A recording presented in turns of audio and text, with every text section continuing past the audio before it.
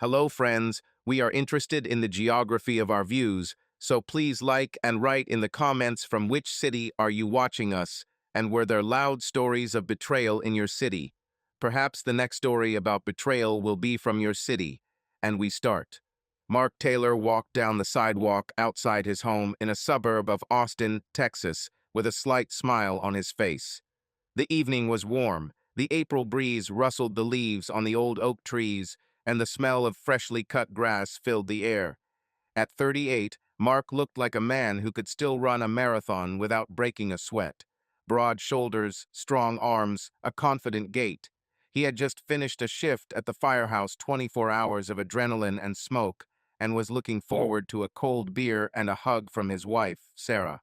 Sarah was waiting for him at home, busy in the kitchen. She was 35 and still looked like the girl on the cover of a health magazine. Shoulder-length blonde hair, bright green eyes, and a smile that still made Mark's heart skip a beat. She worked as a freelance interior designer, and her latest project was renovating the home of some rich Texas oil man. Sarah was humming something to herself as she stirred the sauce on the stove when Mark walked through the door. "Hey, beauty," he shouted, throwing his bag at the entrance. "I hope you're preparing something that will save me after today. We rescued a cat from a tree, and she almost killed me." Sarah turned around with a slight chuckle, wiping her hands on her apron. "My poor hero. Is spaghetti with meat sauce okay? Or should I call the cat to finish you off?" Mark came up to her, hugged her from behind, and kissed her neck. "Spaghetti is perfect. You are perfect. Everything is perfect." She playfully pushed him away. "Go wash your hands, fireman. You smell like smoke and cat hair." Half an hour later, they were sitting at the table, laughing at some nonsense, and country music was playing quietly from the speakers. Their life seemed cut out of the American dream. A house with a white picket fence, a dog named Buddy sleeping by the fireplace, and 12 years of marriage that only seemed to strengthen their bond. And then the doorbell rang. "It's probably Kevin," Mark said, pushing back his chair. "He said he'd drop by with a beer." Kevin Reed had been a mutual friend of theirs since college. Tall, with dark hair and light stubble, he always looked as if he had just returned from fishing or the gym. Kevin worked as an auto mechanic, owned a small workshop in the city, and was the guy you could always rely on. He was best man at Mark and Sarah's wedding, and Mark once dragged him drunk out of a bar after a bad breakup. Brothers not by blood, but by spirit. The door opened and Kevin stumbled in with a six-pack of beer in his hands. "Well, hero of the day, are you ready to relax?" He grinned, handing the beer to Mark. "Sarah, you joined too. Don't leave me alone with this bore." Sarah rolled her eyes but smiled. "Kevin, you're like a child. But come on, sit down. We're having spaghetti if you want." "Spaghetti and beer. You guys know how to live," Kevin said, plopping down on the couch. "Mark, tell me how the cat killed you. I want details." Mark laughed as he opened the can. "She was the size of a tiger, I swear. I climb the stairs, and she hisses as if I owe her money." The trio chatted and laughed until late in the evening. Kevin was talking about some client who brought him a car with a dead snake in the engine. Sarah was sharing gossip about her latest customer, and Mark was just sitting there, sipping his beer and thinking that life couldn't get any better. He had Sarah his support, his love, and Kevin is his loyal friend who always had his back. It was already past midnight when Kevin got up. "Okay, it's time for me. I have a client tomorrow morning, and I haven't slept yet. Thanks for dinner, Sarah. Mark, don't let cats hurt you." "Take care of yourself, brother," Mark said, clapping him on the shoulder. Sarah waved from the couch. "Good night, Kevin. Don't fix the snakes until morning." The door closed, and the house fell into comfortable silence again. Mark looked at Sarah, who was clearing away the plates, and felt a warmth in his chest. "You know, we're the lucky ones," he said quietly. Sarah smiled without turning around. "Yes, Mark, very lucky people." And at that moment, everything really seemed perfect. But ideality is a fragile thing, and sometimes it collapses so quietly that you don't even hear the cracks. Spring in Austin was gaining momentum. The heat was starting to creep up, Magnolia flowers were blooming along the streets, and Mark and Sarah continued to live their measured lives. But something in the air began to change, barely perceptible, like a light smoke before a big fire. Kevin started coming in more often. It wasn't that Mark was against it, on the contrary. He was glad that his friend was nearby. For the past 6 months, Kevin has been going through a difficult divorce from Lisa, his wife of almost 10 years. She went to see some lawyer in Dallas, leaving Kevin with a broken heart and a lot of debt for the workshop. Mark saw how this crippled his friend. He became quieter, drank more often, and a kind of emptiness appeared in his eyes. One evening in mid-April, Kevin showed up on their doorstep again. In his hands is a bottle of whiskey instead of the usual beer. "Mark, brother, help me out," he said, rubbing his neck. "The house is empty, like a coffin. Can I sit with you?" Mark nodded, clapping him on the back. "Of course, come in. Sarah is just baking a pie. We'll fatten you up, otherwise you're as skinny as the hose on my car." Sarah looked out of the kitchen, wiping her hands on a towel. "Kevin, are you okay? You look like you've been run over by a truck." Kevin forced a smile, but it came out crooked. "It's just a lousy day. Lisa sent the papers for signature. Everything is official. 10 years down the drain." "Sit down," Sarah said softly, pulling out a chair for him. "I'll pour you some water. Or do you want something stronger?" "Whiskey will do," he muttered, putting the bottle on the table. They stayed until midnight. Kevin told how Lisa even took their old dog, how the lawyer squeezed the last money out of him. Mark listened, poured more whiskey, and patted his friend on the shoulder. "You can do it, Kev. You always manage. And Sarah and I are close, you know." Sarah sat opposite, resting her chin on her hand. She nodded, sometimes inserting something like, "Lisa never appreciated you," or "You deserve better." Her voice was warm, soothing, and Mark once again thought how wonderful she was, always ready to support not only him, but also their friends. But then Sarah started disappearing. At first, it was unnoticeable. She said that she was staying with a client. The oilman required improvements to the project, and Sarah wanted to bring everything to perfection. "Mark, you know how important this is," she said one day, packing her bag with her laptop. "If I make this house perfect, he will recommend me to his friends. This could be my big break." Mark nodded, kissing her forehead. "I'm proud of you, baby. Just don't burn out, okay?" "I won't burn out," she smiled. "I'll be back for dinner." But she did not return for dinner. I arrived closer to 10, with tired eyes and the smell of coffee on my clothes. "Sorry, Mark," she said, throwing her bag on the sofa. "This client is a perfectionist. I wanted to change everything at the last minute." Mark shrugged. "It's okay. I left you some pizza in the oven." She smiled gratefully, and everything seemed to be as usual. But such evenings began to repeat themselves. Once a week, then twice, then 3. Sarah left in the morning, returned late, and her phone was increasingly silent. Mark didn't attach any importance to this. He trusted her. She was building a career, and he was busy at work. Fires, training, night shifts. The life of a firefighter did not leave much time for doubt. Meanwhile, Kevin kept coming. Sometimes he called Mark straight from work. "Brother, I'm alone today. Can I drop by? I don't want to sit in this damn silence." "Of course, Kev," Mark answered. "The door is open." Sometimes Sarah was at home, sometimes not. If there was, the 3 of them would sit in the kitchen or in the yard, drinking beer and chatting. Kevin joked, Sarah laughed, Mark felt in his place. He saw how Kevin came to life in their company, how his smile became a little more sincere. And Mark was glad. He thought that he was helping his friend get out of the hole. One evening, when Sarah was late again, Kevin was sitting with Mark in the backyard.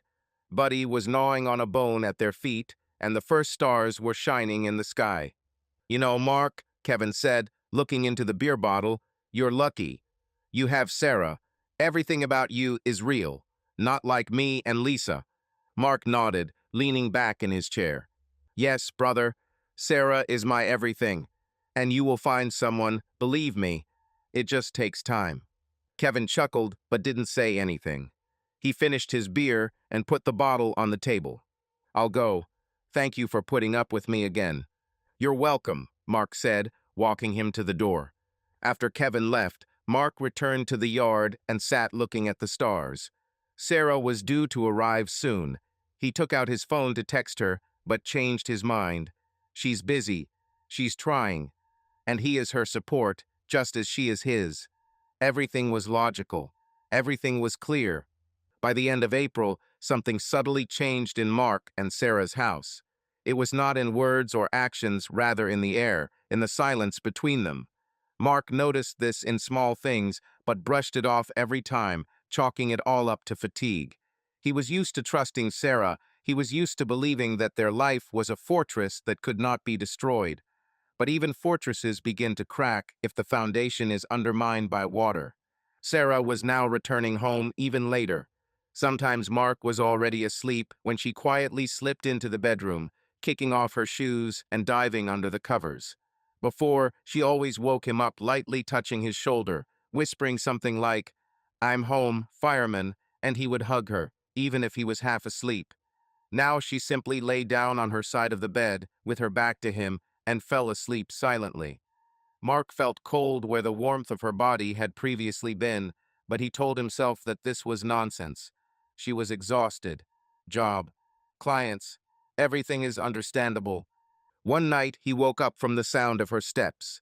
The clock showed 1:47. Mark propped himself up on his elbow, squinting in the darkness. Sarah stood by the closet, taking off her earrings, her silhouette illuminated by the faint moonlight from the window. "Hey," he muttered sleepily. "Have you just returned?" She started, as if she had not expected his voice, and turned around. "Yes, Mark. Sorry, I didn't mean to wake you. This project, it's going to finish me off." "It's okay," he said, rubbing his eyes. "Come here, get some sleep." Sarah nodded, but hesitated at the closet, folding her clothes more slowly than usual. When she finally lay down, Mark reached out to hug her like he always did. But she tensed, barely noticeable, but he felt it. "I'm tired, Mark," she said quietly, moving away. "Let's just sleep, okay?" He froze, his hand hanging in the air. "Of course, baby, sleep." She turned away, and soon her breathing became even.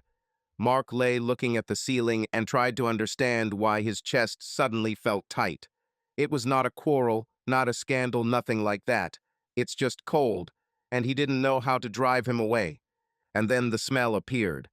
Mark first noticed him a couple of days later on Friday evening. He came home after his shift, and Sarah was already there, a rarity in recent weeks. She was sitting on the sofa with a glass of wine, scrolling through something on her phone. "Hello, hero," she said without looking up. "How is the day?" "Okay," he replied, throwing his bag. "We saved the warehouse from fire. It probably still stinks of smoke. How are you?" "I'm tired," she said shortly, taking a sip of wine. "But the project is almost finished. I'll rest soon." Mark nodded and went to the shower, but as he passed her, he stopped. Something was wrong.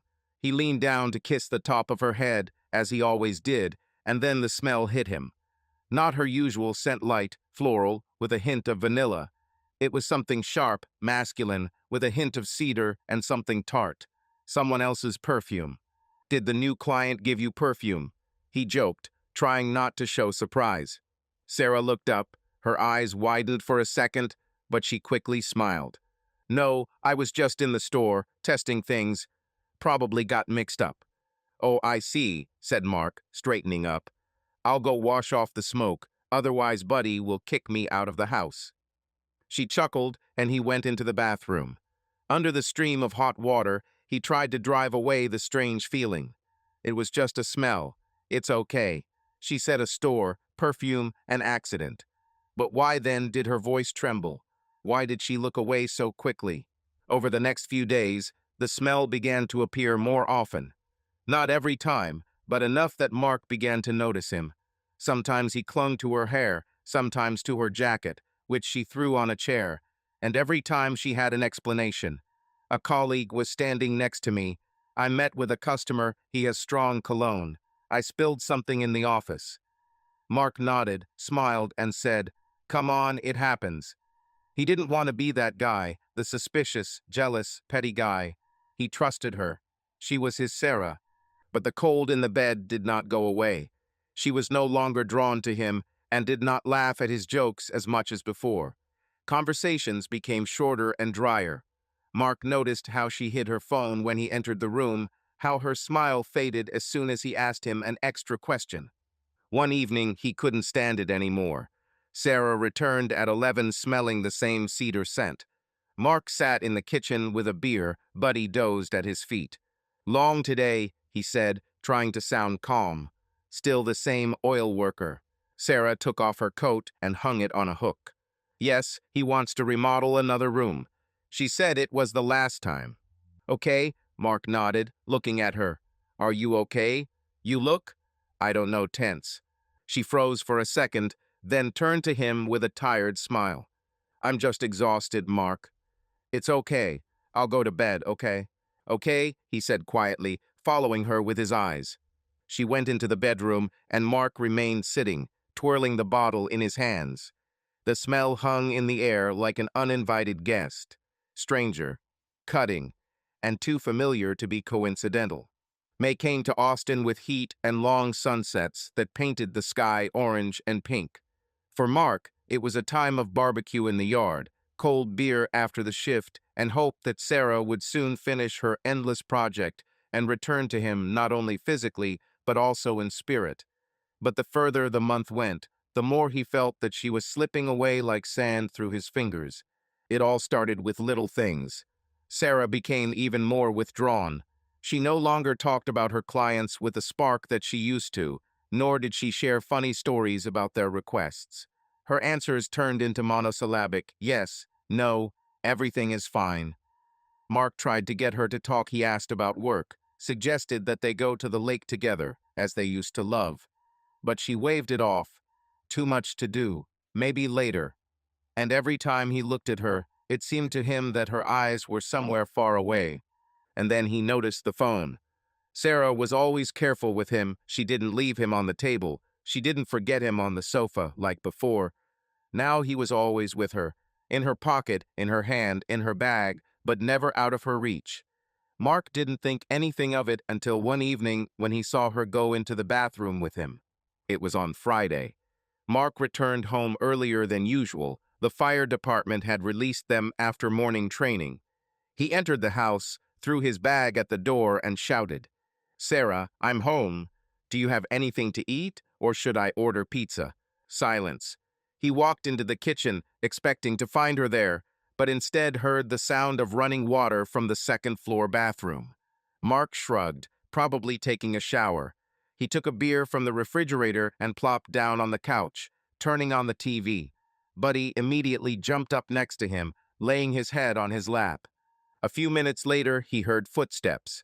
Sarah came downstairs in a robe, her hair damp, and her phone in her hand. She looked slightly confused when she saw him. Oh, you're early, she said, adjusting the belt of her robe. I didn't hear you come. Yes, they let us go early, Mark answered, patting the sofa. Come here, let's see something. Now, I'll just get some water, she said and went into the kitchen. Mark looked after her and noticed how tightly she was clutching the phone. She didn't just hold it, but as if she was afraid to let it go. He frowned, but immediately pushed the thought away. She's just tired. Maybe he's expecting an important call from a client. Nothing like that. But that night, he heard whispers for the first time. Mark woke up around 3 in the morning, a firefighter's habit when the body itself checks to see if everything is in order. The bed next to it was empty. He stretched, thinking that Sarah might have gone to get water, but then he heard her voice quiet, muffled, coming from the corridor. Mark sat down, listening. She spoke in a whisper, so quietly that the words could not be heard, but the tone was soft, almost affectionate. He stood up, walked barefoot to the bedroom door, and looked out into the corridor. The light from the bathroom came through the crack under the door, and her voice came from there. No, not now. Yes, I know. Soon. She whispered, and then fell silent, as if she was listening to the answer. Mark froze. His heart began to pound, but he forced himself to breathe evenly. Maybe it's work. Maybe a client calls in the middle of the night with some urgency. He returned to bed, lay down, and waited. 5 minutes later, Sarah returned, quietly slipped under the covers, and lay down with her back to him. "Everything is fine?" he asked, trying to sound sleepy. She shuddered, but answered calmly. "Yes, my friend just called. She has problems with her boyfriend." At 3 o'clock in the morning, he burst out. "Well, you know how it is," she said with a slight laugh. "Crises do not wait for the morning. Sleep, Mark." He remained silent, closed his eyes, and pretended to fall asleep. But sleep did not come. Her explanation sounded logical. Sarah had a friend, Melissa, who always got into drama with men. But why then did she whisper? Why did you go to the bathroom? And why was her voice so warm? The whispering began to repeat itself. Not every night, but often enough that Mark began to notice a pattern. This usually happened after she returned late. She waited until he fell asleep, and then went away to the bathroom, to the kitchen, sometimes even to the yard. He heard her through the thin walls of their house. Quiet words, an occasional laugh, pauses, as if she was listening to someone on the other end of the line. One day, he decided to check. It was Wednesday, after another long shift. Sarah returned at midnight, smelling of that same cedar perfume. They hardly spoke. She said she was tired and went to bed. Mark waited until her breathing became even, and then pretended to be asleep. An hour later, he heard her get up, take the phone from the nightstand, and leave the room. He waited a minute, then quietly followed her. She was in the bathroom. The door was open a couple of centimeters. Mark stood in the shadows of the corridor, listening. "Yes, me too. No, he doesn't know anything. Soon, I promise." She whispered, her voice trembling from something that Mark couldn't understand, either from fear or from excitement. He clenched his fists, but did not move. Blood was pounding in my temples. "He doesn't know anything. Is this about him? Or about someone else?" He wanted to rush in and demand an answer, but something stopped him.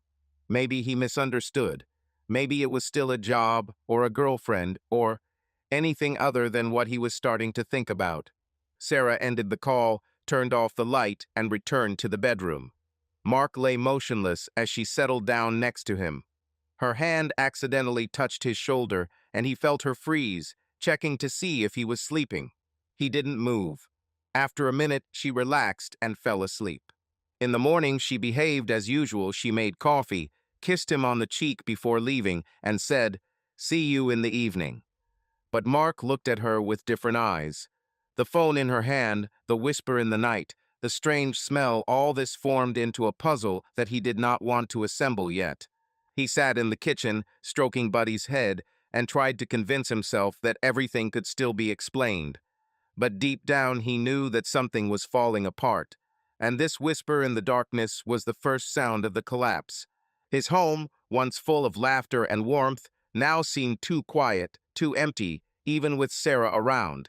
He still loved her with all his heart, with all his soul, but the love began to be mixed with something new, doubt. He became more attentive, not because he wanted to catch her doing something, but because he couldn't do otherwise. Her every gesture, every word now passed through the filter of his anxiety, and the more he looked, the more he saw. It all started with smiles. Sarah always loved to text with friends, clients, even with him when he was on shift. But now her phone has become more than just a tool. One evening, Mark was sitting on the sofa, flipping through the channels, and Sarah sat in the chair opposite with a glass of wine and a phone in her hands. He noticed this by chance. The corner of her lips twitched, her eyes lit up, and she smiled. Not that tired smile that she had been giving him lately, but a real, lively, almost childish one. Mark lowered the remote control. "What's so funny?" he asked, trying to sound casual. Sarah winced, quickly locked the screen, and put the phone on the armrest. "Oh, nothing. Melissa just sent me a meme about her new boyfriend," she said, sipping her wine. "You know what she's like." "Yeah, I know," Mark nodded, returning to the TV. But he didn't believe it. Not completely. Melissa could be funny, but that smile. It was too warm, too personal. and he began to notice her more often. This morning at breakfast, as Sarah sat with her coffee and phone, her lips curled into the same soft smile as she typed something with quick fingers. In the evening, when they were having dinner, she kept glancing at the screen, and her face glowed not from the light of the phone, but from something inside. Mark tried not to think about it. He told himself that she was simply happy to work, that the project was finally coming to an end, that she had found inspiration. But then he began to notice nervousness. It was subtle, almost imperceptible, but he knew her too well to miss. One Saturday, he returned home from a run. Sarah was in the kitchen, standing at the sink, washing dishes. The phone lay nearby, screen down. Mark came in, wiping sweat from his forehead with a towel. "Hey, baby," he said, opening the refrigerator. "Would you like us to order something for the evening?" She turned around, but her movements were sharp, almost convulsive. "Oh, you're already back," she said, wiping her hands on her apron. "Yes, you can order it. Anything."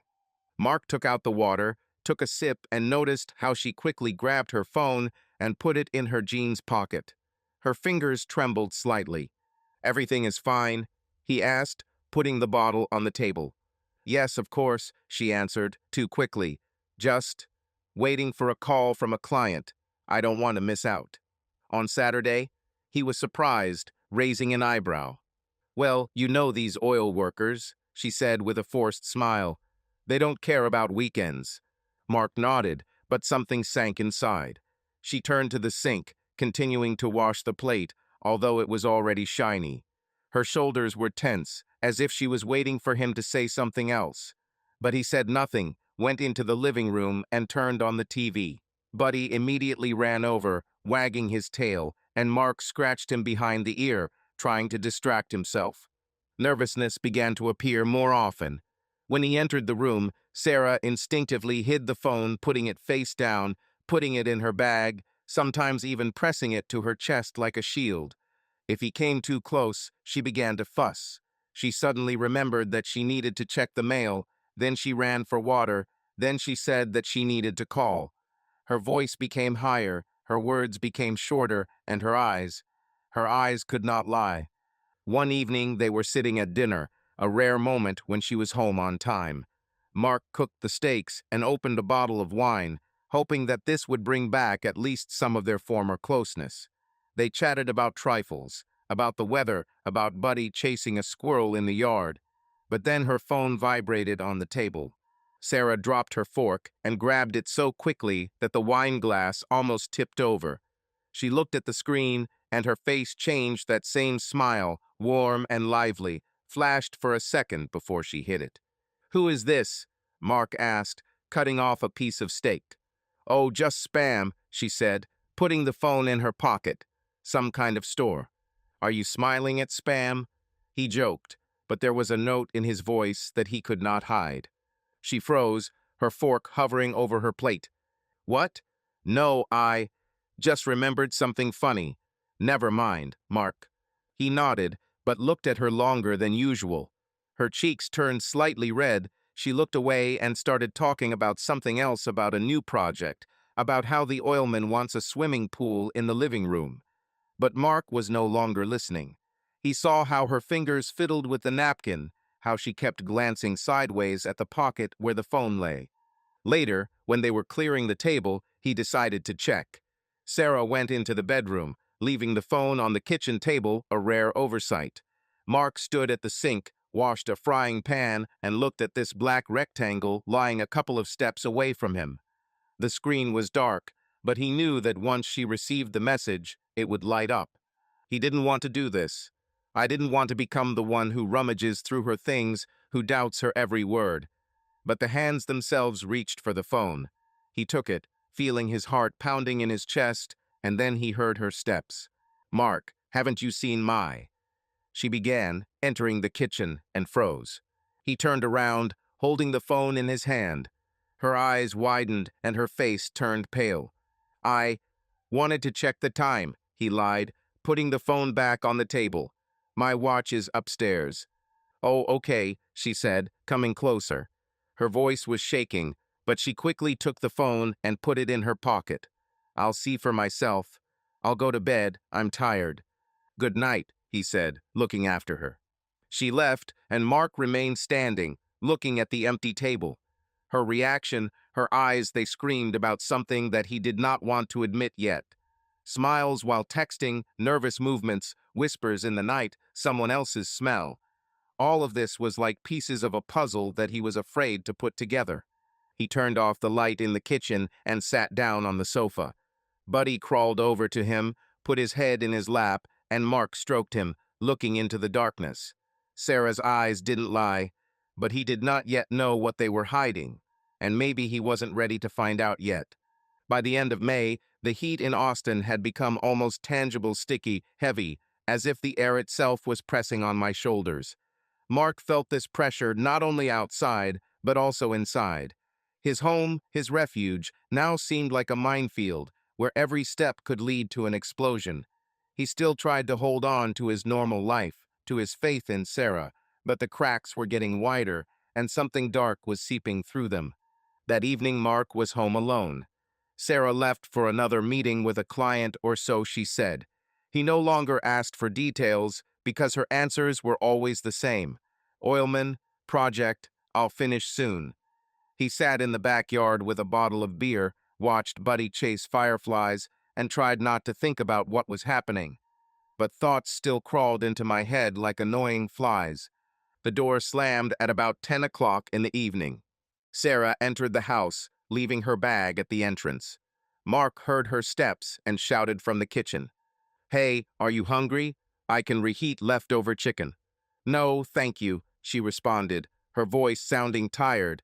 I ate with a client. I'll go take a shower. Okay, he said, returning to his beer.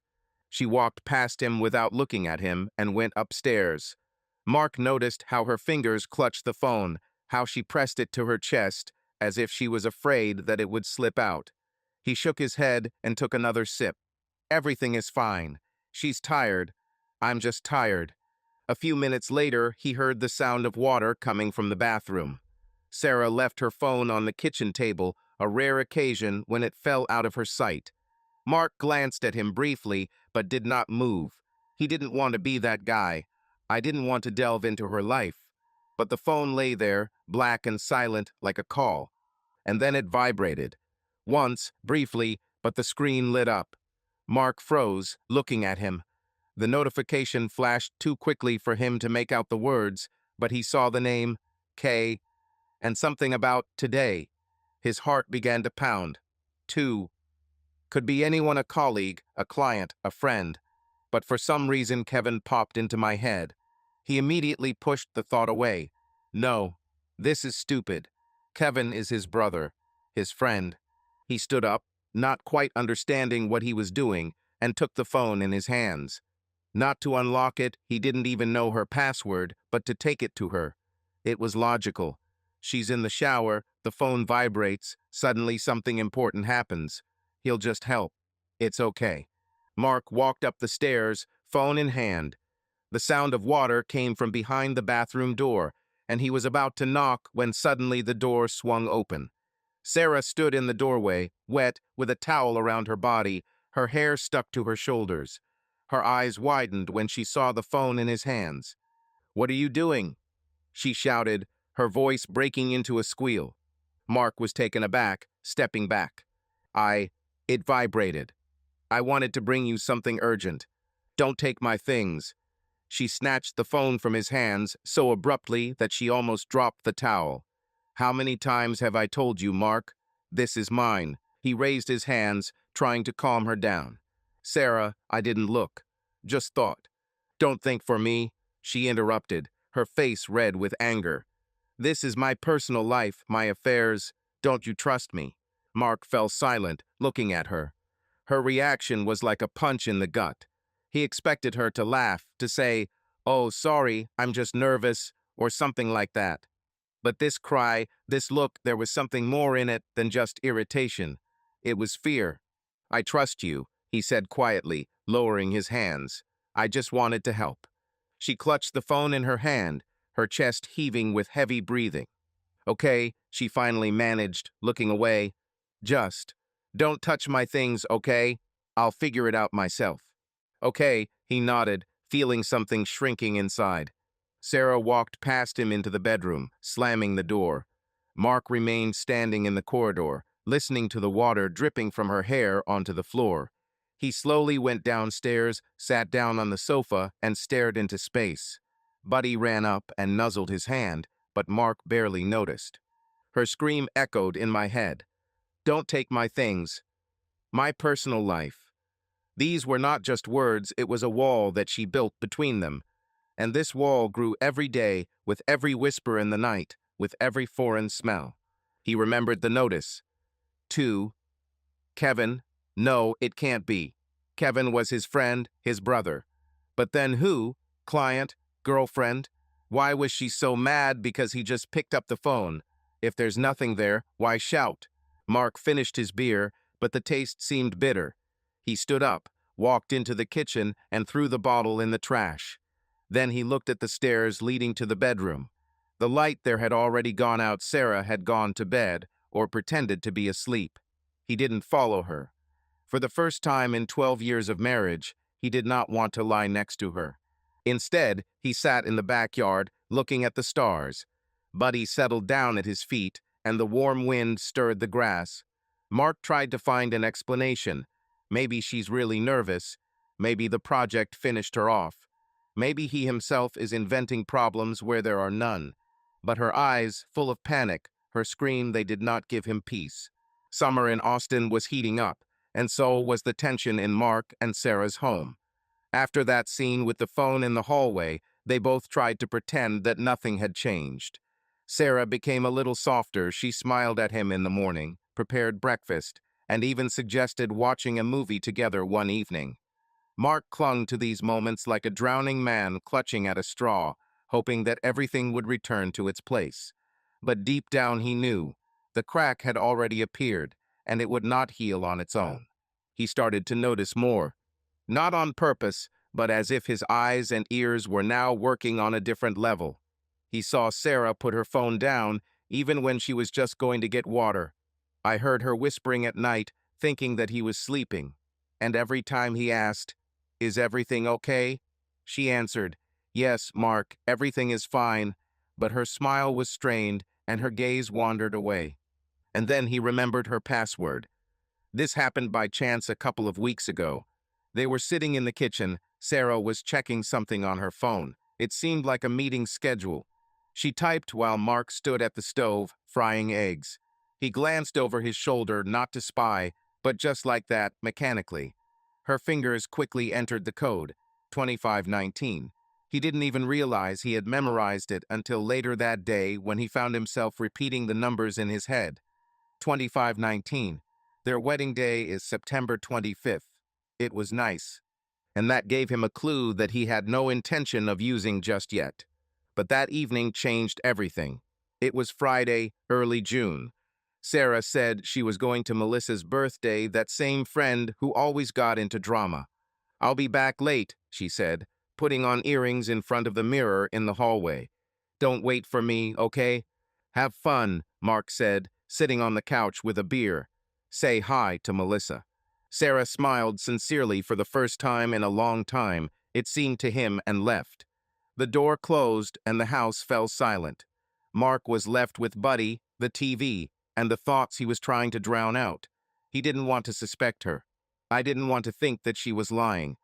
But the smell of cedar perfume, the whispers in the night, her scream in the corridor, all this was spinning in my head like a broken record.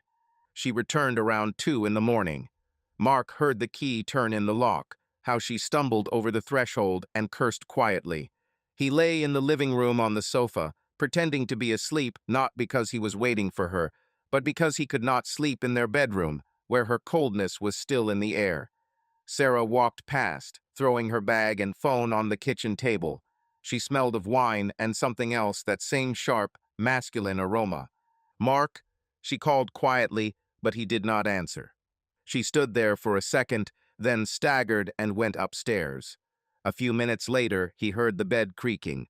Sarah fell asleep or passed out, judging by how much she had drunk.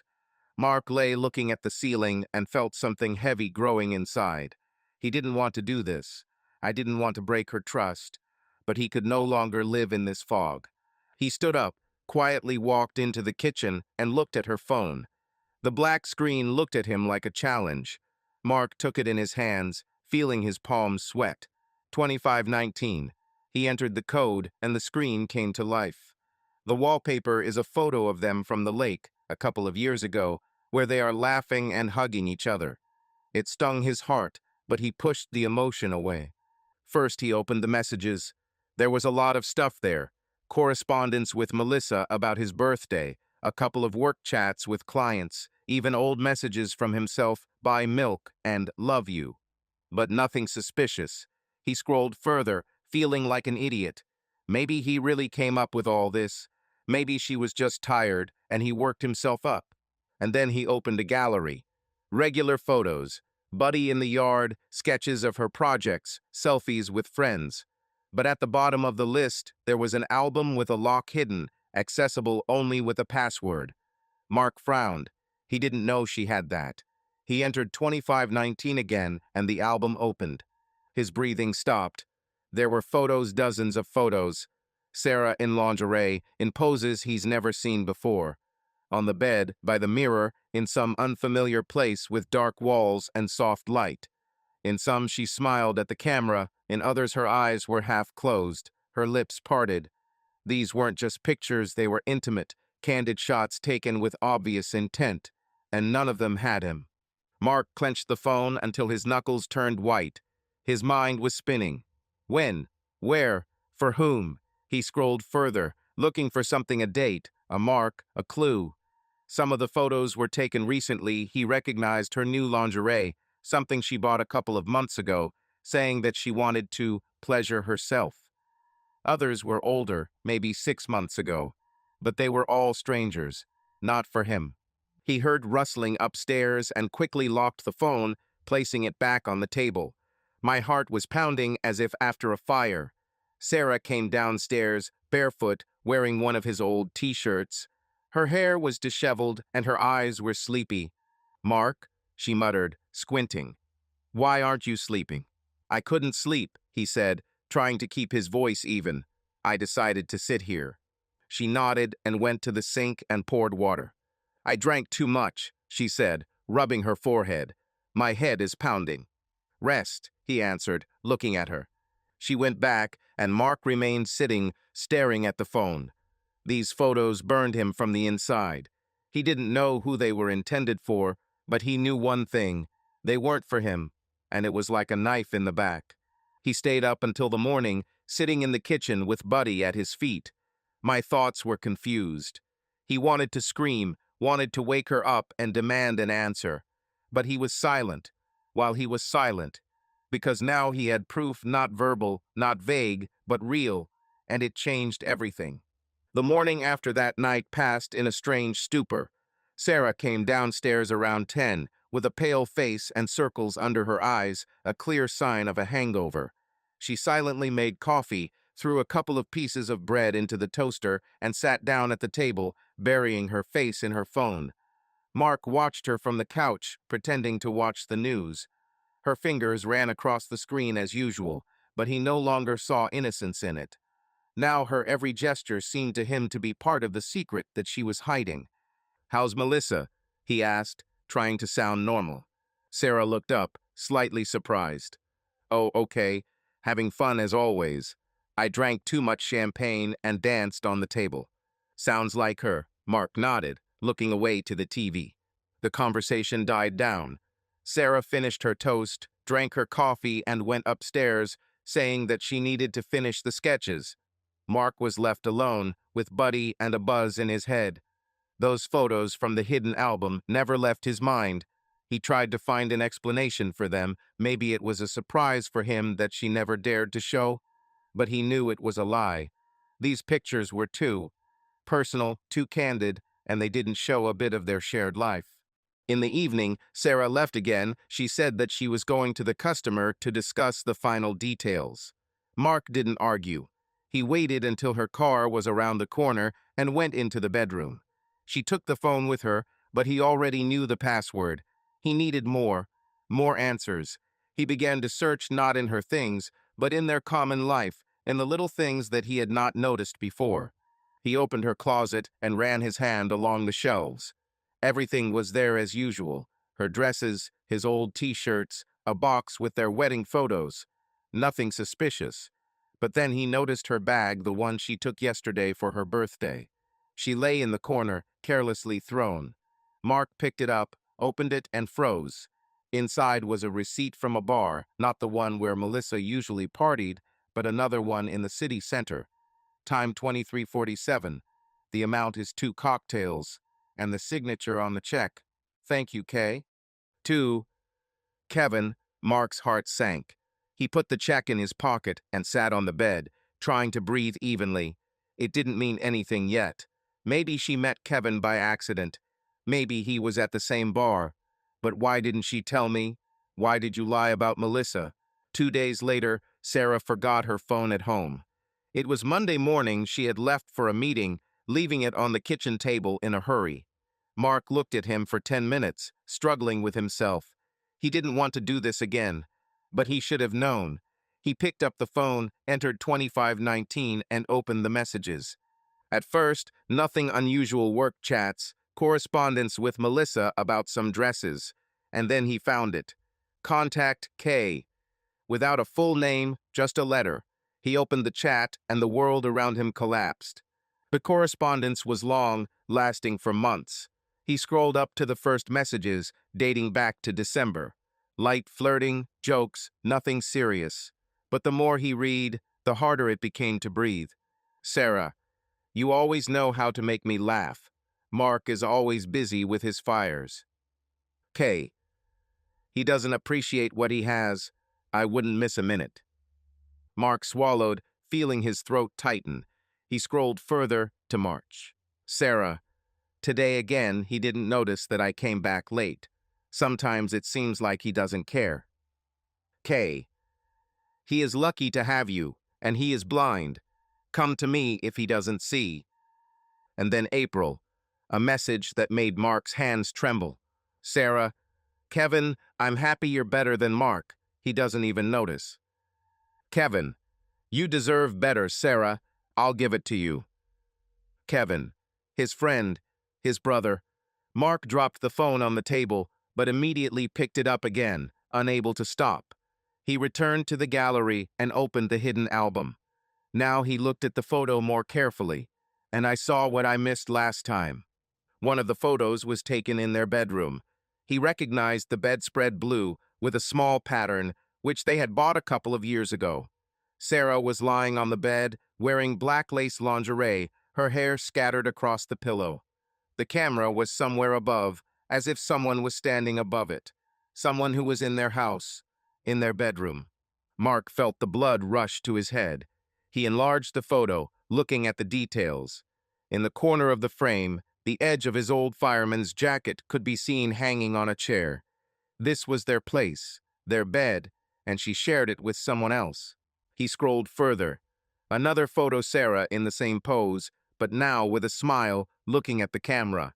And shadow. Barely noticeable, but clear: the shadow of the man holding the phone. Tall, with broad shoulders, like Kevin. Mark turned off the phone and put it back on the table. His hands were shaking and his ears were ringing. He stood up, walked into the yard, and sat down on a chair, looking at the empty lawn. Buddy ran up and nuzzled his knee, but Mark didn't move. Everything was logical. Too logical. Kevin, who came to them more and more often. Sarah, who disappeared at night. The smell of cedar is the same cologne that Kevin loved to wear back in college. Whispers in the bathroom, smiles while texting, and screams when he picks up the phone. And now this is a photo in their bedroom, words in messages. "You are better than Mark." He didn't know what to do.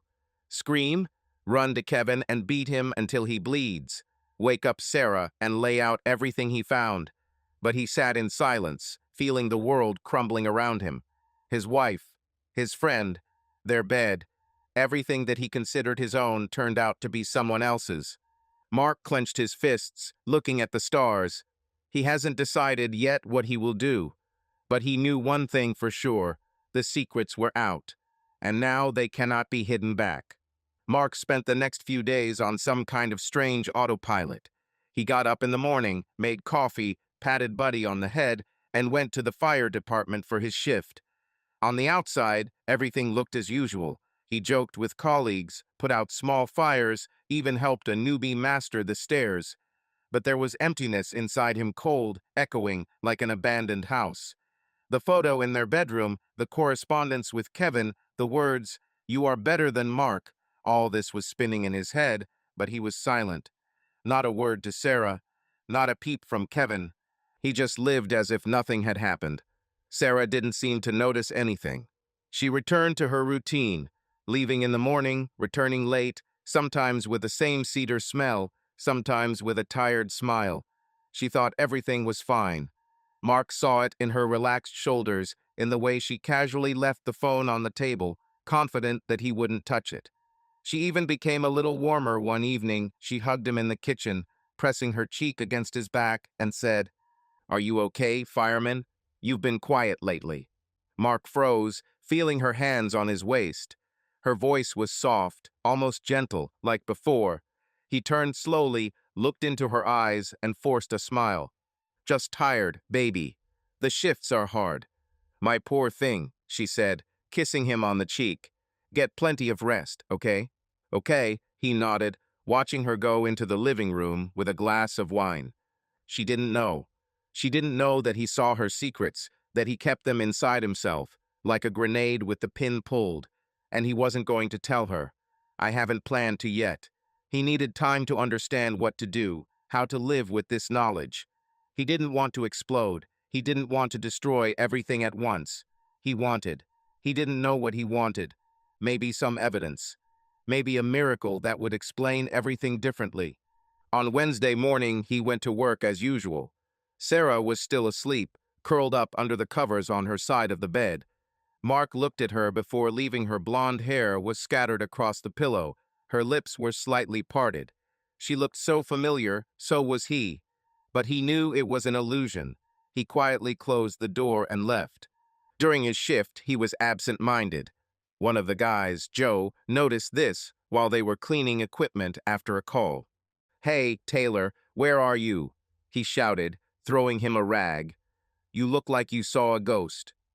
"I just didn't get enough sleep." Mark shrugged it off, wiping the hose. "Everything is fine." "Well, make sure you don't fall asleep on the stairs," Joe chuckled, returning to his work. Mark nodded, but his thoughts were far away. He thought about Sarah, about Kevin, about how Kevin came to see them a couple of days ago, brought beer, sat on the couch, joked as if nothing had happened. Mark looked at him then and couldn't believe that this guy, his best friend, could stick a knife in his back. But now he knew, and Kevin didn't seem to suspect anything either.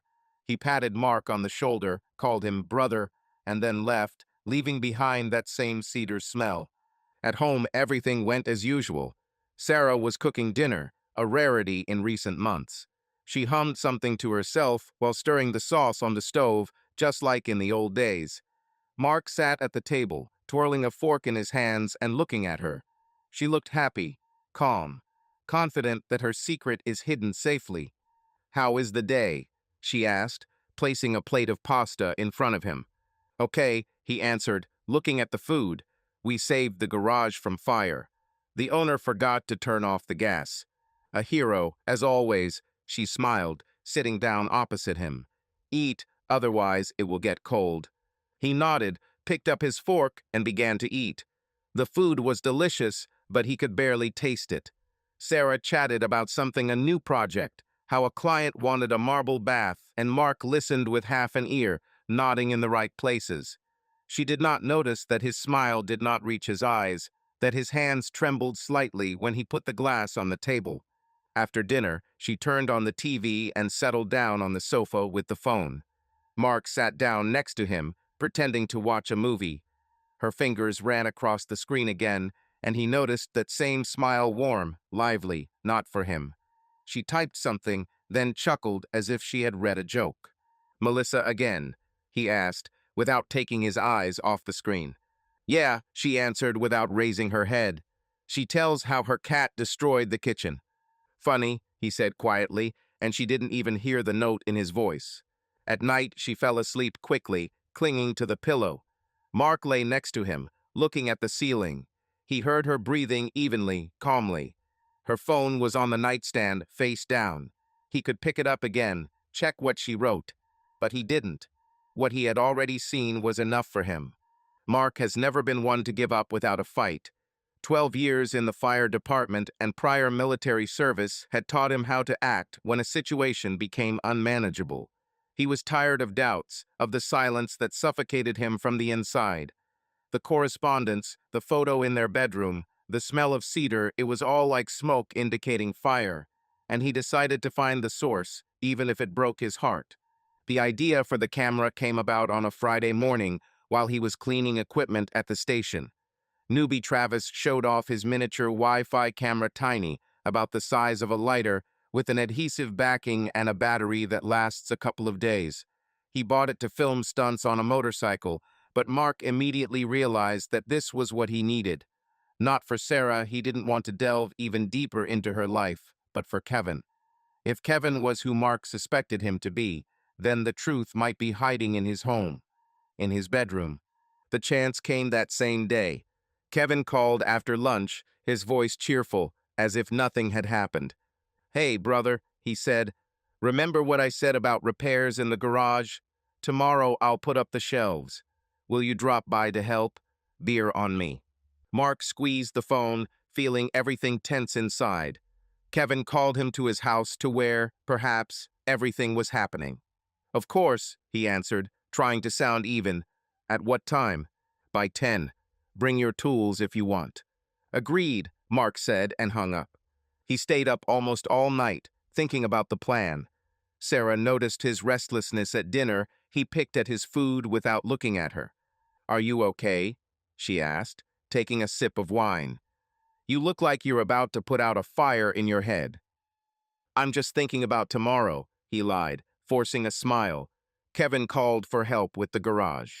"Oh, that's nice," she said, and her voice trembled a little, almost imperceptibly, but Mark caught it. "Say hi to him." "I'll tell you," he nodded, looking into her eyes. She looked away first. In the morning, he packed his bag of tools, but added something else. He bought a camera the day before at an electronics store, the same one as Travis, with a phone app. At home, he tested it, connected it to Wi-Fi, set up recording. It was almost invisible, black, matte, with a tiny lens, ideal for his purpose. Kevin lived 10 minutes away in a one-story house on the outskirts of Austin. A shabby lawn, a garage with a pickup truck, and a workshop. Everything is as usual. Mark arrived at 10, parked at the curb, and got out, throwing his bag over his shoulder. Kevin was waiting in the yard, wearing jeans and a t-shirt, with a can of beer in his hand. "Well, finally, the hero of the day," he shouted, grinning. "I thought you would oversleep." "I'm a fireman, Kev," Mark said, clapping him on the shoulder. "We don't sleep, we put out the fire." "Ha, exactly," Kevin laughed, handing him a beer. "Come on, I'll show you what needs to be done." They started in the garage. Kevin wanted to hang metal shelves along the wall for parts. They measured, drilled, and screwed. Mark behaved as usual, jokes, egged Kevin on when he dropped screws. But all the time he was waiting for a chance to get inside the house, to the bedroom. The moment came a couple of hours later. Kevin went inside for a beer and a snack. "Don't break anything without me," he said, disappearing out the door. "I'll make some more sandwiches, I'm hungry." "Come on, chef," Mark chuckled, but as soon as Kevin disappeared, he followed. He walked through the living room, pretending to go to the bathroom. "Kev, should I go to the toilet?" he shouted so as not to arouse suspicion. Mark nodded to himself and turned not into the bathroom, but into Kevin's bedroom. The door was slightly open, directly opposite the kitchen. He knew he didn't have much time. The room was simple: a bed with a rumpled blanket, a bedside table with a lamp, a closet in the corner. There was a pair of socks lying on the floor and an empty bottle of beer on the nightstand. Mark quickly looked around and chose a place, the top shelf of the closet, behind a box of some old magazines. He took the camera out of his pocket, turned it on, glued it to the shelf, and moved the box to hide it, leaving the lens free. The camera looked at the bed and part of the room. He checked the application, the picture was clear. The battery will last 2 days, recording is in the cloud. Kevin shouted from the kitchen. "Mark, did you drown there or what?" "I'm coming," he responded, quickly leaving the bedroom. He returned to the garage as if nothing had happened. Kevin brought beer and sandwiches, and they finished work for lunch. The shelves hung straight, the garage looked a little more decent. Kevin patted Mark on the back. "Thank you, brother. Without you, I would have been fussing for a week. Will you stay for football?" "Not today," Mark shook his head. "We need to go home. Sarah is waiting." "Say hi to her," Kevin said with a smile that made Mark's stomach clench. "I'll tell you," he nodded, taking the bag. At home, he behaved as usual. Sarah returned in the evening, smelling of coffee and that cedar aroma. She chatted about the new order, and Mark nodded, prepared dinner, and even laughed at her joke about the client.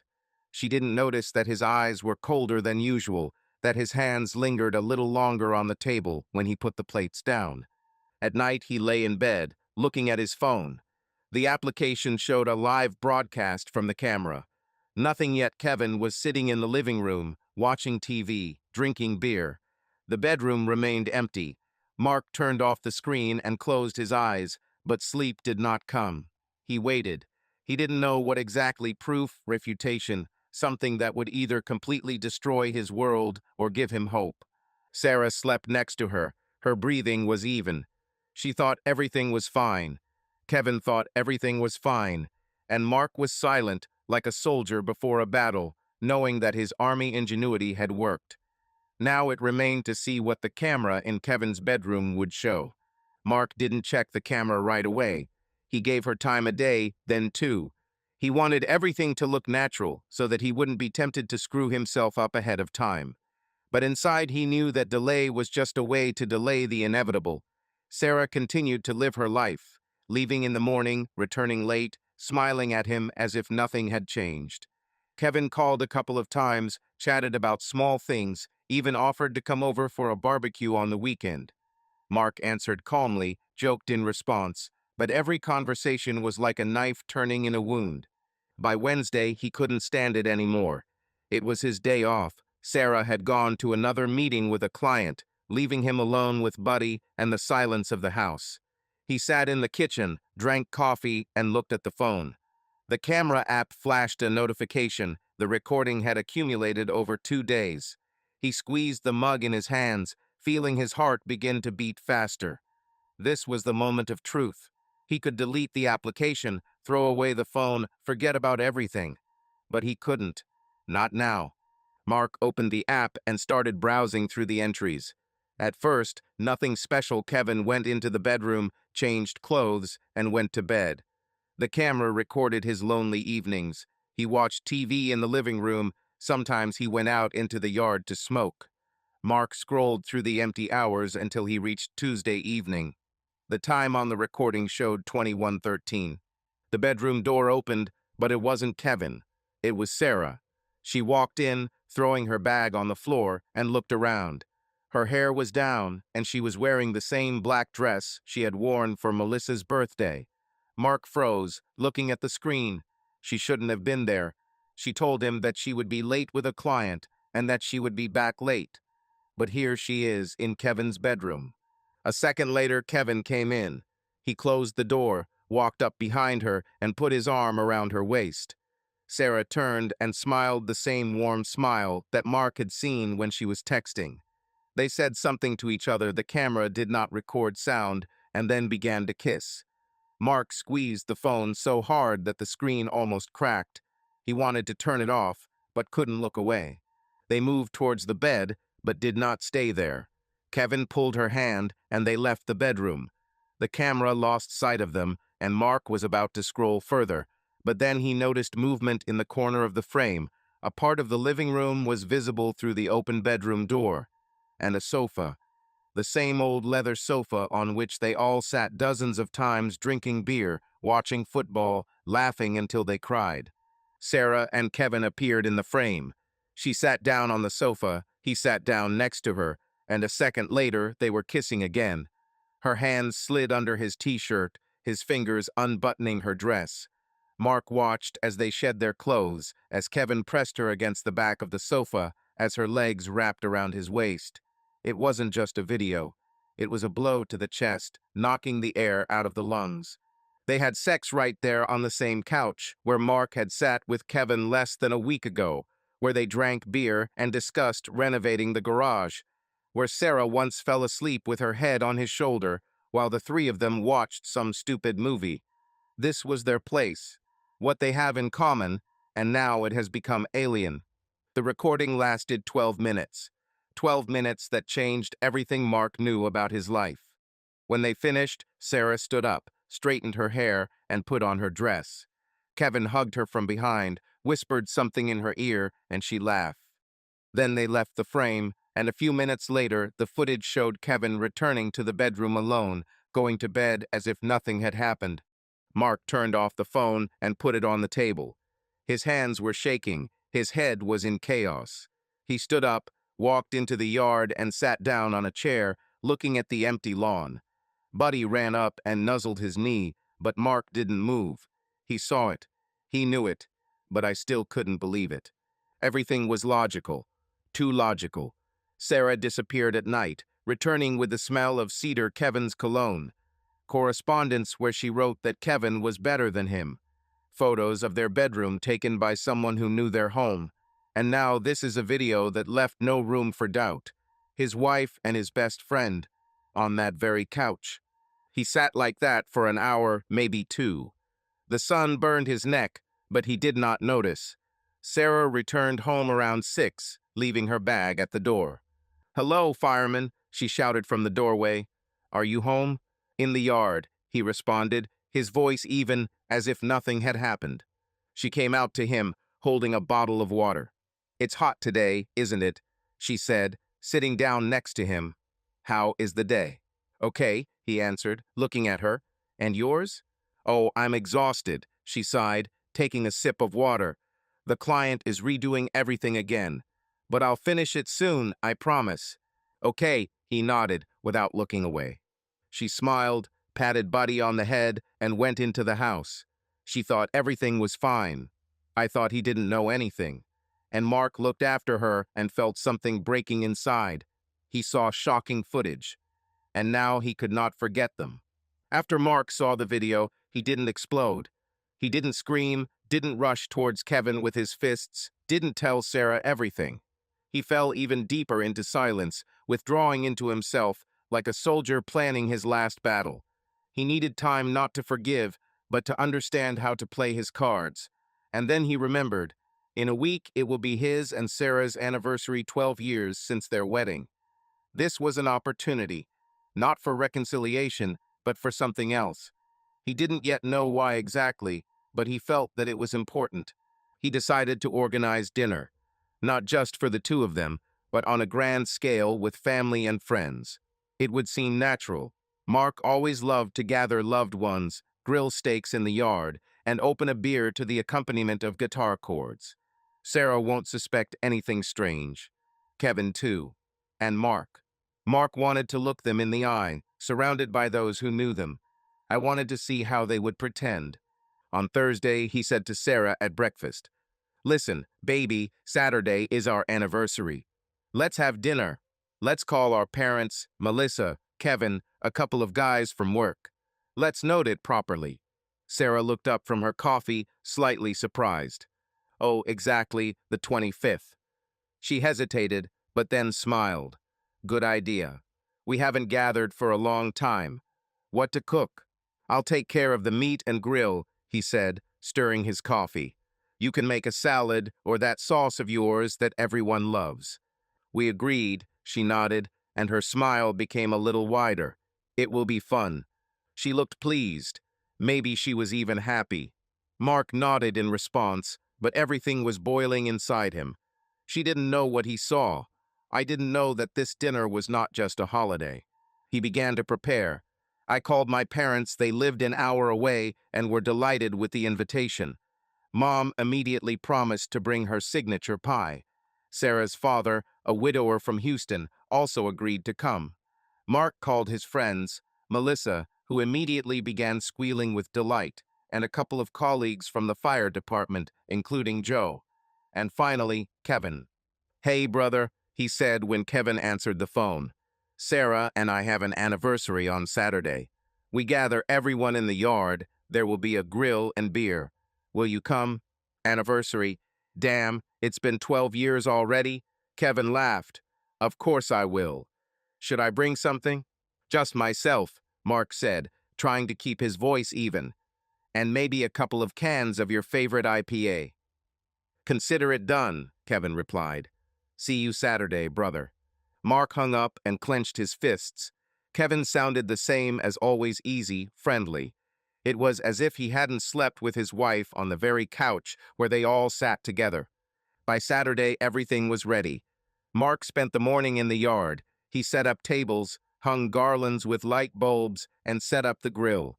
Sarah was busy in the kitchen, mixing sauce and chopping vegetables. She hummed something under her breath, and Mark, looking at her through the window, almost believed that everything was the same as before.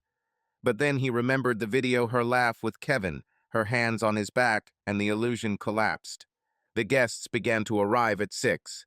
Mark's parents arrived first. His mother hugged him and immediately began praising the garlands. Sarah's father, a silent old man with a gray beard, shook his hand and handed him a bottle of bourbon. Melissa flew into the yard squealing, hugging everyone, and Joe and Travis from the fire station came after her, bringing a case of beer. Kevin was the last to arrive, around 7. He walked into the yard with a 6-pack of IPA in his hands, wearing his usual t-shirt and jeans. "Happy anniversary, brother," he shouted, slapping Mark on the shoulder. "Sarah, are you still putting up with this bore?" Sarah came out of the house with a bowl of salad and laughed. "Barely, Kevin." "Hello." They exchanged glances, quick ones, but Mark noticed. It wasn't just a friendly look. There was warmth in him, which he had already seen in her correspondence in that video. He clenched his jaw, but smiled. "Glad you came, Kev. Beer is in the fridge. Meat will be here soon." The evening went on as usual. The grill was smoking, the steaks were sizzling, and music was playing from an old speaker. The parents sat at the table, remembering Mark and Sarah's wedding, how she almost fell off her shoes on the dance floor, how Mark tore his pants trying to catch the bouquet. Melissa was talking non-stop. Joe was telling stories from work. Travis was trying to get everyone to play poker. Sarah was in her element, laughing, serving food, pouring wine. Kevin joked and egged Mark on, just like old times. They looked so normal. It's as if nothing has changed, as if they hadn't broken his heart. Mark held on. He fried meat, poured beer, smiled when necessary. But all the time he was watching. Saw Sarah accidentally touch Kevin's hand while giving him a plate. The way Kevin winked at her when no one was looking. These were little things, but for Mark they were like flashes of lightning before a thunderstorm. By 9 o'clock in the evening, everyone was a little tired. The parents went into the house to drink coffee. Melissa danced with Travis to country music. Joe dozed on a chair. Mark stood at the grill, looking at Sarah and Kevin. They sat at the table, chatted about something, and laughed. Her hand was on the table, too close to his. "Hey, Mark," Kevin shouted, picking up the can. "For you and Sarah, the best couple I know." The guests took up the toast and raised their glasses. Sarah smiled and looked at Mark. "Thanks, Kev," she said. "And you, Mark?" "For 12 years." "For 12 years," he repeated, raising his beer. His voice was even, but everything was burning inside. The anniversary dinner was reaching its peak. A warm, slightly drunk atmosphere reigned in the courtyard. The garlands flickered, the smell of steaks still hung in the air. The laughter of the guests mixed with country music from the speaker. Mark behaved perfectly, he joked, refilled the beer, and looked like a husband who wants to make this evening unforgettable. But inside he was like a stretched string, ready to snap. He decided it was time. Not just talk, not just leave, but show everyone what he knows, and do it in such a way that Sarah and Kevin cannot get away with it. He was getting ready. On Friday, he bought a projector, a small, portable one, like Travis's from work. "I set it up at home," connected it to my phone, and put together a slideshow. First, something cute to put their guard down, and then a blow. But that was not all. The day before dinner, rummaging through the laundry basket for his t-shirt, he came across her panties' black lace, the same one she wore when she was staying with a client. There were stains on them, traces of betrayal. Mark froze, looking at them. He and Sarah hadn't had sex in over a month. He was too exhausted. She was too cold. It's not his. This is someone else's. He threw them into a box, small, wrapped in gift paper, and hid them in the garage. This will be the first blow. By 10 o'clock in the evening, the guests had relaxed. The parents were sitting in the house with coffee. Melissa was flirting with Travis at the snack table. Joe was telling stories to Sarah's father. Sarah and Kevin remained in the yard, sitting at the table, laughing at something. Mark watched them through the kitchen window while he washed the dishes. Her hand was on the table, too close to his. He pursed his lips and realized it was time. He walked out into the yard, holding in his hands a small box wrapped in red paper with a gold bow. The guests turned around, noticing him. "Hey, Sarah," he called, smiling. "I have a gift for you. Anniversary surprise." Sarah raised her head, her eyes lit up with curiosity. She stood up and walked over to him, straightening her hair. "Present?" she asked, smiling. "Mark, you know I love surprises. What's there?" "Open it and find out," he said, holding out the box. His voice was soft, but there was something dark in his eyes. Kevin chuckled, leaning back in his chair. "Well, come on, brother. I hope there's something worthwhile there." Sarah took the box, her fingers easily untying the bow.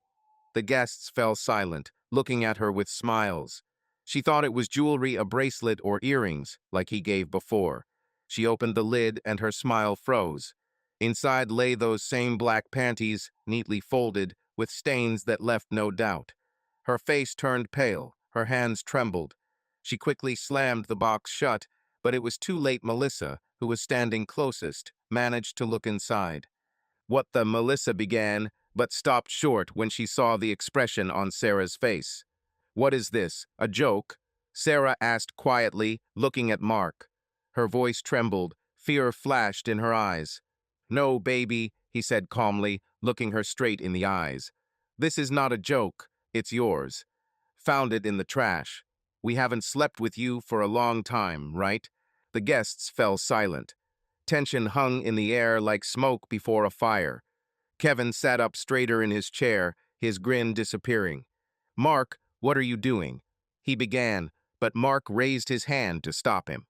"That's not all," he said, taking the projector out of his bag. "I have one more gift. For all of you." He placed the projector on the table and connected it to the phone. Sarah looked at him, clutching the box in her hands, her lips trembling. Kevin stood up and stepped closer. "Brother, maybe that's enough?" he said, but there was nervousness in his voice. "Sit down, Kev," Mark said coldly. "This concerns both of you." He hung the sheet on the clothesline, a screen for the projector.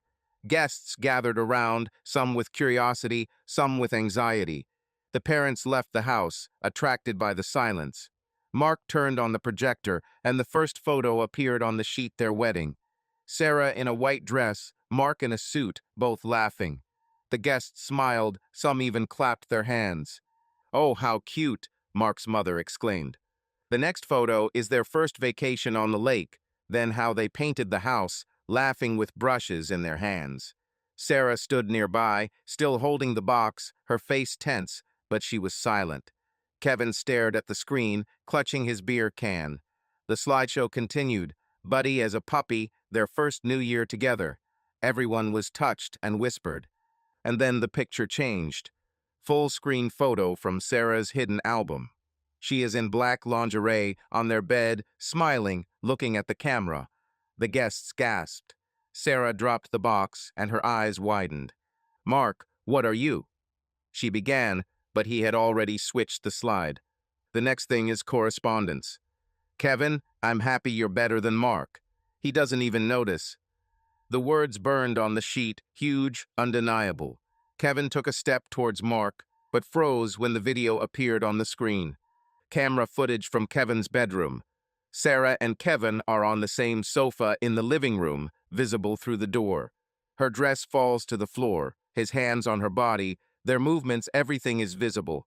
There was no need for sound, and it was so clear what was happening. The guests froze, someone turned away, Melissa covered her mouth with her hand. Mark's mother gasped quietly, Sarah's father clenched his fists. Sarah screamed, "Turn it off! Mark, turn it off!" But he stood silently, looking at the screen. Kevin rushed towards the projector, but Mark stepped forward, blocking his path. "Don't touch," he said quietly, but in such a way that Kevin stopped. "Let everyone see. The video has ended." The silence was deafening. Sarah collapsed into a chair, covering her face with her hands. Kevin looked at Mark, his face pale. "Brother, he began, but Mark shook his head. "Don't call me brother," he said, turning off the projector. "You both are no longer my family. Good luck to both of you. I filed for divorce. Live with it as best you can." He turned, walked across the yard, past the stunned guests, and went into the house. Buddy ran after him, tail wagging. Mark took his car keys and jacket and walked out the front door. Nobody stopped him. Nobody said a word. Sarah remained standing, looking into space, the box lying at her feet. Kevin stared after him, his mouth opened, but no words came. The guests began to leave quietly, awkwardly, casting glances at Sarah and Kevin. Mark's mother began to cry, and her father took her into the house. Melissa approached Sarah, but she waved her off, collapsing into a chair. In the morning, he went straight to the lawyer, an old acquaintance from the fire department, who had long since gone into law. Mark filed for divorce, signed the papers, indicating the reason: adultery. The lawyer, after listening to his short story, just nodded and said, "We'll prove everything without any problems, Mark. You have video, photos, witnesses. She won't get away with it." "I don't need to prove anything," Mark answered quietly. "I just want this to end." He rented a small apartment in the city center, a one-room apartment with bare walls and a creaky floor. "I moved there with Buddy and a couple of boxes of things that I managed to pick up from the house that same day. But most of his life remained in that house: clothes, tools, memories. A week after the anniversary, he decided to stop by there to pick up the rest. He wrote a short message to Sarah. "I'll be there at 3 p.m. I'll pack my things." She replied, "Okay." Nothing more. On Saturday, he pulled up to the house in his pickup truck. The white picket fence, the oak trees along the sidewalk, the familiar smell of grass, everything looked the same as before, but now it was foreign. He got out of the car, leaving Buddy sitting in the passenger seat, looking at him through the window. Mark took a deep breath and walked to the front door. It was slightly open. He heard voices inside. Sarah said something, quietly, almost in a whisper, and then a man's voice, familiar, low. "Kevin." Mark froze in the hallway, clutching the keys in his hand. He didn't expect this. Not today, not now. He stepped into the living room and saw them. Sarah stood by the sofa, wearing jeans and a t-shirt, her hair pulled back into a messy ponytail. Kevin sat next to him, his hand resting on the back of the sofa as if he were the boss. They both turned around as Mark entered. Sarah turned pale, Kevin straightened up, his face tense. "Mark," Sarah began, her voice trembling. "I didn't think that you—" "I said at 3, he interrupted, his voice cold but even. "I'll pack my things and leave." Kevin stood up and stepped forward. "Listen, brother, let's talk." This word, brother, was the last straw. Mark felt something burst inside. He threw the keys on the table, stepped towards Kevin, and hit him sharply, with his fist in the jaw. Kevin stumbled backwards, tripped over the couch, and fell to the floor, holding his face. "Don't call me brother, you piece of shit," Mark snapped, his voice finally breaking. The anger he had been holding inside for weeks came out. "You slept with my wife on this damn sofa while I considered you a friend." Sarah screamed and rushed towards Kevin, but Mark turned to her, his eyes burning. "And you?" He pointed his finger at her. Lying, hypocritical bitch. For 12 years I trusted you, and you had sex with him behind my back, in our house, on our bed. Mark, please, she began, her voice trembling, tears streaming down her cheeks. I didn't want to. You didn't want to? He stepped closer, but stopped, clenching his fists. You didn't want me to find out, that's all. Did you think I was blind? Did you think I wouldn't notice your whispers, your smell, your panties with traces of it? Kevin stood up, wiping blood from his lip. Mark, it's my fault, but come on. Shut up. Mark moved towards him again, but held back, gritting his teeth. You pathetic bastard. He came here, drank my beer, called me brother, and then went after her as soon as I turned my back. You both are dirt under your feet. Sarah sobbed, covering her face with her hands. Sorry, Mark, I don't know how it happened. Don't know? He laughed, bitterly, joylessly. You know how to write to him that he is better than me. You know how to take your damn photos for him. You know, like lying to my face every day. Don't play the victim, Sarah. He turned, walked into the bedroom, and began to pack his things, throwing clothes into a bag without looking. Kevin stood in the doorway, rubbing his jaw, but did not dare approach. Sarah remained in the living room, her crying coming through the walls. Mark took his tools from the closet, a couple of old army dog tags he kept in a drawer, and stopped. He looked at the bed, the same one where she had posed for Kevin. He shuddered. He walked back into the living room, dropped his bag by the door, and looked at them. Sarah sat on the sofa. Kevin stood next to him, head down. I filed for divorce, Mark said, his voice becoming even but icy again. You can at least tumble here every day, I don't care. You deserve each other a liar and a woman of easy virtue. He took the bag, opened the door, and went out. Buddy barked from the car when he saw him. Mark got behind the wheel, started the engine, and drove away without looking back. In the rearview mirror, the house became smaller and smaller until it disappeared around the bend. He hit Kevin, poured out everything he was holding inside, but it didn't bring relief. Only emptiness remains cold, heavy, like smoke after a fire. A year has passed since the night Mark left home, leaving Sarah and Kevin in shock and silence. The divorce was completed quickly. The lawyer did everything as he asked. The house was left to Sarah. Mark took only his car, Buddy, and part of his savings. He didn't want anything that would remind him of the past. Life moved on. He worked in the fire department, rented the same one-room apartment in the center of Austin, and sometimes met with friends. Buddy became his shadow, a faithful dog who slept at his feet and greeted him from work. Mark didn't look for a new relationship and didn't look back. He simply lived. Friday evening, June. Mark rarely went to clubs, but Joe and Travis persuaded him to get out, to relax, forget about the fires at least for the night. They went into a nightclub in the city center, noisy, with neon lights and loud music. Mark sat at the bar, sipping whiskey, while the guys flirted with some girls near the dance floor. He wasn't in the mood, but decided to stay, at least for the company. And then he saw her. On stage, under red light, in shiny lingerie, and holding a pole. Sarah. Her hair was longer than he remembered, dyed a bright platinum blonde, her face covered in a layer of makeup, but it was her. She moved to the music, twisted, smiled at the crowd professionally, but without soul. Their gazes met.